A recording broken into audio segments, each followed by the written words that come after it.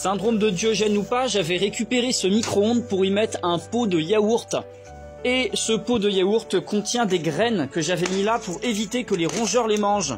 Regarde-moi ça mon coco, c'est des fèves. Ensuite je prends ce gros pot à cornichons et je vais chercher de l'eau dedans, comme ceci. Et je vais y mettre mes fèves.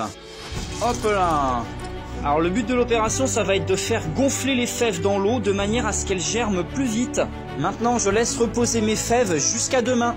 Et voilà, quelques jours après, elles sont bien gonflées. Et voilà, quelques jours après, comme ça, elles sont bien gorgées d'eau, elles vont germer plus vite. Pour la suite, c'est super simple, il suffit de les lancer sur le sol directement. En plus d'être nourrissant, il faut savoir que les fèves sont un très bon engrais vert. Et voilà le résultat, après quelques semaines, on a les fèves qui sortent. Bon après j'ai plein de choses qui sortent avec. Après quelques temps, les fèves vont être de plus en plus grandes, jusqu'à 1,50 m. Bon alors là, elles n'ont pas beaucoup grandi parce qu'elles ont été attaquées par des pucerons. Donc là, on est à même pas 50 cm. Mais c'est pas grave, si elles font pas 1,50 m, on s'en fiche. Elles vont faire des fleurs et commencer à faire les premières gousses de fèves. Alors moi, tout est planté en polyculture, c'est-à-dire que j'ai plein de choses au même endroit. On a des fèves, pommes de terre, des choux, de l'amarante. Et si on se tourne ici, on a de l'ail qu'il faut que je récolte d'ailleurs aujourd'hui.